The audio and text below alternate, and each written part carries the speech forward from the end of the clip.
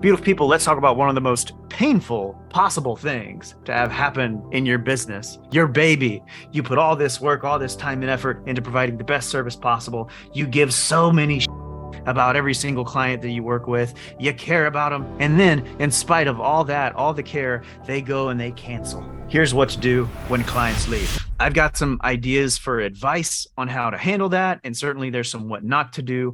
But what do you guys want to dive into? What to do when clients leave? Yeah, I got a few tips first.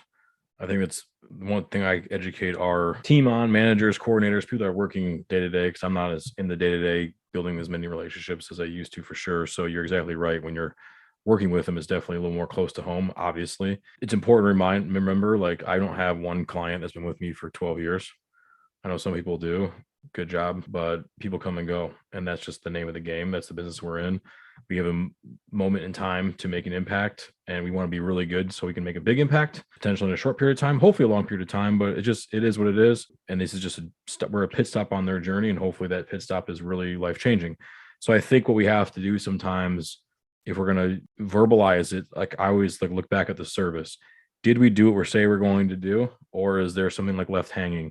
There's stuff that's left hanging that's always a little bit deeper, right? Or it's, oh man, we were just so close to getting this goal, or we hit this goal after so much time and all of a sudden we lost it. So it's like, I look at that as a growth opportunity.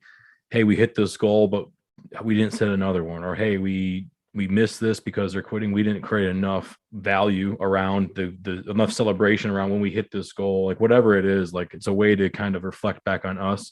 And when you have that mindset, which is number 2 on this, when you have that mindset, then you can look at more of like a constructive situation rather than a painful situation. When you turn it back to what we can control.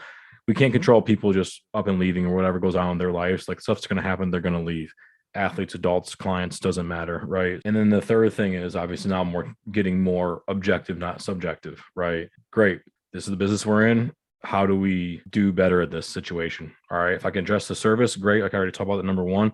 Now it's like, what's the system? When they cancel, how do I not make this more painful and unorganized and create more man hours or whatever it is? How do I turn this into a positive too? What's that exact specific system that we can do to capture these cancellations? And like I said, truly systematize it to maybe plan of attack, right? They're canceling now, but can I reach back out to them? When should I do that? Like you go into info gathering mode on when we can do that. And again, maybe they're just canceling for right now, but it's not forever thing. Great. Let's be objective about it. And how do we get this client back in our world so we can make an impact, but also back in our business to, grow our business. So I think that's a big thing. Service. Do we do what we say we're going to do? Help us get in the right mindset, right? To what we can control, and then systematize it by thinking objectively, not subjectively. Like it. Good stuff. Connor, what you got? Yeah, I would say first and foremost, you can't take it personal. I think as you get a little bit more of a grizzled vet, you start taking it as personal. But if you're early on in your business and it's like your literal baby, you have to take a step back and not take it personal, because you never know. There's a million reasons why people cancel. If it's something that you could have prevented, like Mark was saying, in terms of your service that you provide, obviously you got to take a look at that. But number 1, don't take it personal, because again, things change, life changes. But a couple of things that I want to touch on would be, 1, the way that they exit will dictate whether or not they're going to come back in the future. So about that. Some of the things that I talk about with our team, especially with our flex locations, those are places that I'm never really there. We have facility leaders, we call them, but they are kind of the face that's running the show. So I always talk about, if someone leaves, if you were to run into that person at the grocery store, are they waving to you and saying hi and coming up and talking to you, or are they putting their head down and trying to get out of that aisle as quickly as they possibly can? I think that will say a lot of, again, whether or not they come back in the future, or just like what their relationship is moving forward, how they're talking about you and the gym when they're talking about with their friends or neighbors or whenever it comes up. I think that's super important. You just want to be someone that's easy to do business with and easy to not do business with. That would be number 2, I guess that would be. And then number 3, when someone cancels, what does that trigger, right? It should trigger something. So we use high level, we use gym member machines. So like, it's essentially like, hey, someone comes in or someone says, hey, I want to cancel. What does that do? There should be a couple triggers that go off, whether it's like changing what list they're in, changing the tags that they have, all of that stuff. They should be getting different messages and communication now that they're not an active member. So that's something that should go off in your head. Like, hey, this person just canceled. Okay, now what? Now, are they going into a different campaign of a like drip campaign or extended communication and that type of messaging? So a couple things should go off in your head, essentially. Now I'm rambling, but you get the idea. I think it's somewhat, at times, it can be healthy for it to hurt to lose a member. Like, I think there's different ways to talk about taking it personal. And I think it hurting when somebody cancels, like, God dang it, like that sucks. Like, that's okay. What it should not do is derail your entire day or stop you from, working on whatever major projects you're working on, or derail your, I've talked to folks that literally they'll confess, like, yeah, I didn't let client cancel, it ruined me for an entire week. I poured everything. Like, that's taking it, I think, too personal to an unhealthy level. But number one, I think a cancellation is an opportunity for feedback. And I'll talk about how I recommend that you get feedback here in a second. But my other notes are like, don't get defensive, don't be a dick, and don't close the door. Like, all those things, I think, can, wrapped up, create a situation where where the client can feel good about coming back. And even more importantly, what Connor said, dude, if they feel weird, if they feel like you're going to be a jerk off, if they feel like you're going to be mad at them or any of those things, they're not going to be saying positive things about you in the community. They're not going to be feeling positive thoughts in their head. And you have the opportunity to make it a really smooth, awesome process for them and make sure that they know that the door is always open, that the relationship ends on a positive note. And we've seen it endless times where people leave. And you know what? They go off and they try, in our case, right? They try other agencies and they try other coaching programs or whatever else. And we've had people literally come begging to come back into our fold after they've left. And why do they feel comfortable doing that? Because we were cool people when they left. And we controlled everything we could control to be the best service we could possibly be when they were, there the first time. And for some of you, right, you're going to have clients that you're their first introduction into fitness or training or whatever else. And they don't necessarily know what you have or know what they have in terms of working with you. And so when they go off and they try the other gym down the street and they figure out, man, this is all worse. Guess what? If you've been a cool person the entire time, and if you've done what Connor said and put them into, hey, maybe they get your email every week or every couple of weeks or whatever it is. Maybe they see your social media and see that you're still calling out people positively and da. Maybe they get a nice personalized message every once in a while from you saying, hey, hope you're doing awesome. The door's open for you to come back whenever, whatever, maybe they get those things. And yeah, we use a tool called Go High Level. I'm not actually secretive about it. You guys can go get Go High Level on your own and pay $97 for an empty app, or you can come do whatever we're doing and get way the hell more with way the hell more support. Ask Connor about Pedro and Marty and how bad those folks are. Oh, I pride ourselves on world-class support. But anyway, like, you can use any sort of automation tool. We have a bunch of stuff built for it that you guys can steal and use and swipe as soon as you get into our universe on the paid front. But the reality is, like, you can kick off communication that makes it easy for those people to want to come back. I think the only thing maybe you guys did not hit super fully, the feedback thing, number one. So if you're in a situation where you're getting a lot of cancellations and you don't necessarily know why, and everyone is telling you, oh, it's nothing, I'm just going on vacation, it's work, and you don't necessarily have proof of concept in your business, at this point, if people are canceling at Power Strength or at Flex, Connor's business and whatever it is, they know their numbers are big enough. They have enough data to know their service is on point. They're doing a great job. If people were leaving, yeah, like, it's going to be for a variety of reasons, but their churn numbers are still going to be whatever, survivable, and honestly, probably optimal, right, for the business. If you're sort of newer to the game and you don't have that proven data and you got people canceling and leaving in the door and out way too freaking fast, then do yourself a favor and reach out to these clients as they're leaving and say, Sally, like, appreciate you getting on the call with me. Now, number one, I want to tell you this. I am not taking any more of your money. This is not a talk you back into coming to do business with us. Like, none of those things. So put your credit card away. I will not accept you back on this call. If you want to do it on the next one, like, whatever, maybe. But can you do me a huge favor? Yeah, absolutely. What's up? So, as you know, small business, trying to get this thing growing, get this gym growing. And obviously, there's always ways that we can do better. Like, I got my big boy pants on. I want you to give me the bad stuff, right? Tell me where we could have done better. And they say, oh no, everything was great. I just got work. I say, okay, well, again, can I ask you to be honest? They say, yeah, 100%. I say, how would you grade things on a scale of 1 to 10 with us? And they're not going to give you a 10, because if it was a 10, then they're freaking lying. And it's like, they would have just stayed on forever. Right. So assuming a 10 is, oh, you'd pay whatever price and stay forever. Where would you rate us on a scale of 1 to 10? Again, be honest with me. I got my big boy pants on. They say, oh, it was a 7, 7.5, somewhere in there. You say, awesome. So what would have taken it to like a 9.5? What would have made it a no-brainer where you would never consider staying or never consider leaving? You're going to probably get good feedback from, a third of the people you talk to. Some of it you're just going to be mining for that feedback and not getting much juice at all. But every once in a while, you're going to get something, and you doing that work, particularly early in your business, where you don't necessarily know everything going on. You maybe aren't the best manager. You don't have the best managers in place, all those different things. You're not able to have eyes on the back of your head. I've had people tell me that they've had those conversations after getting coaching from us and uncovered some crazy with their training staff, uncover some crazy. It's happened to me, where I figured out that my head coach was like just parking his Harley in the gym during the morning sessions, whatever else. And then clients were telling me after they canceled, it smells like gasoline in there. Like it's gone to shit. He's late all the time. These are all things that I wouldn't have known.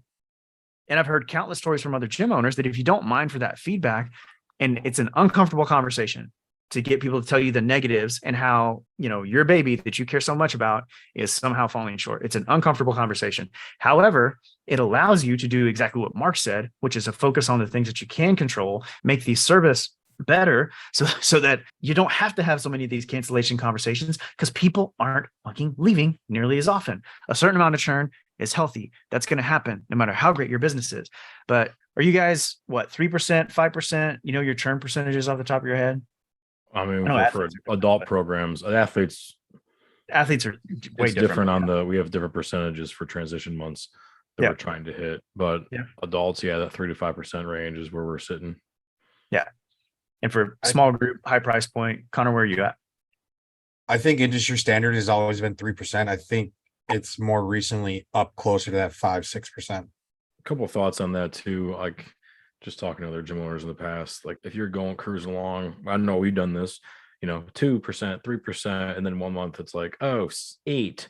Oh my gosh. It's like, no, take the average of the quarter, take the average for half the year, like have your ear to the ground, get that reason. Oh, like we've all had 5 people move literally out of town in 1 month, right? Or we had 3 people going to get unrelated surgeries or whatever it is. Like you got to find that data to kind of keep your mind at ease. And going back to what you said earlier, like it's supposed to like feel the pain a little bit. It's supposed to be painful. The problem is if you feel it and like people leave and it's not painful, you got a different issue, right? So I think that's important to remember. Another tidbit too is like, this is a hard truth for some people to swallow.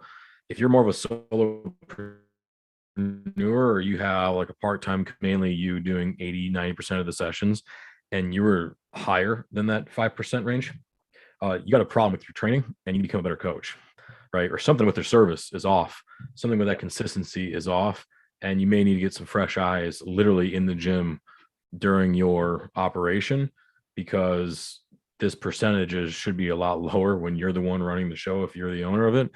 The 100%. Second you start hiring younger staff members, I don't say younger staff members, but you start hiring staff members and they're just taking over for you, you can expect a little bit higher percentage, because you're kind of almost making an investment and a sacrifice to get these coaches up to speed. Some of these people that are used to you or transition out eventually, like change is going to happen. You're going to have higher attrition when that change is happening. So I think it's just some important notes to understand and keep a finger on the pulse, right? But also kind of keep our mindset in check, so we're not going off the rails. We have a crazy month or of unexpected and all that kind of stuff.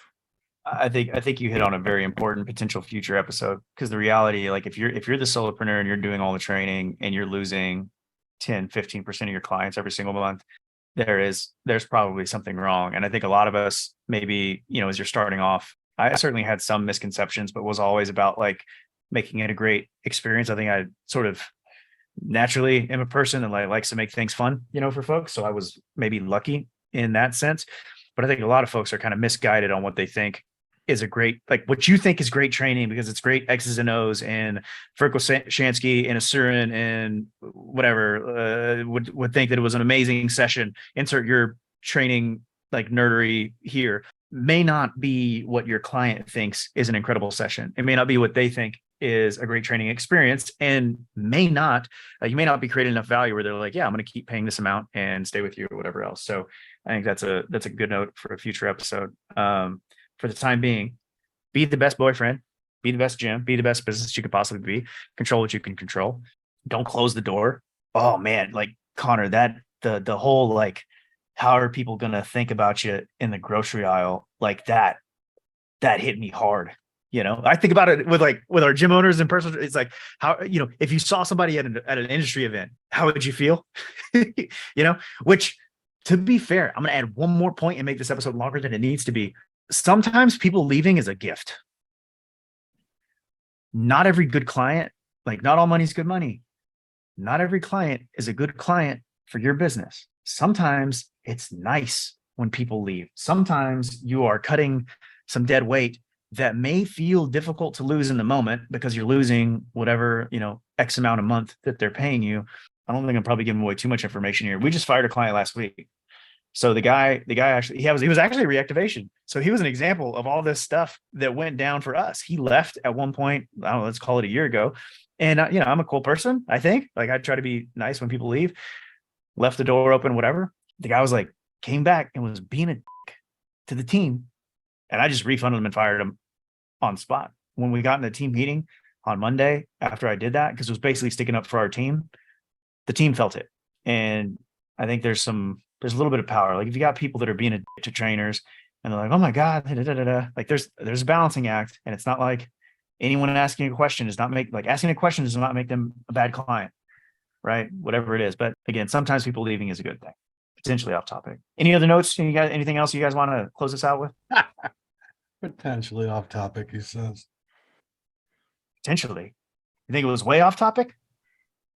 No, I just to wrap a bow on it, I think most people, not even businesses, most people just do this so wrong, especially as in the fitness industry. I think so many people do this so badly that if you can do even 75% of a good job, it's a difference maker. It's a differentiator. And I think the community that's around you, the way that people talk about you, the way your reputation is, the way they view you as a business owner and just business in general, I think it can be such a difference maker for you if you can do this correctly. I love that. Yeah. Because everybody in fitness will say, we're in this to help people.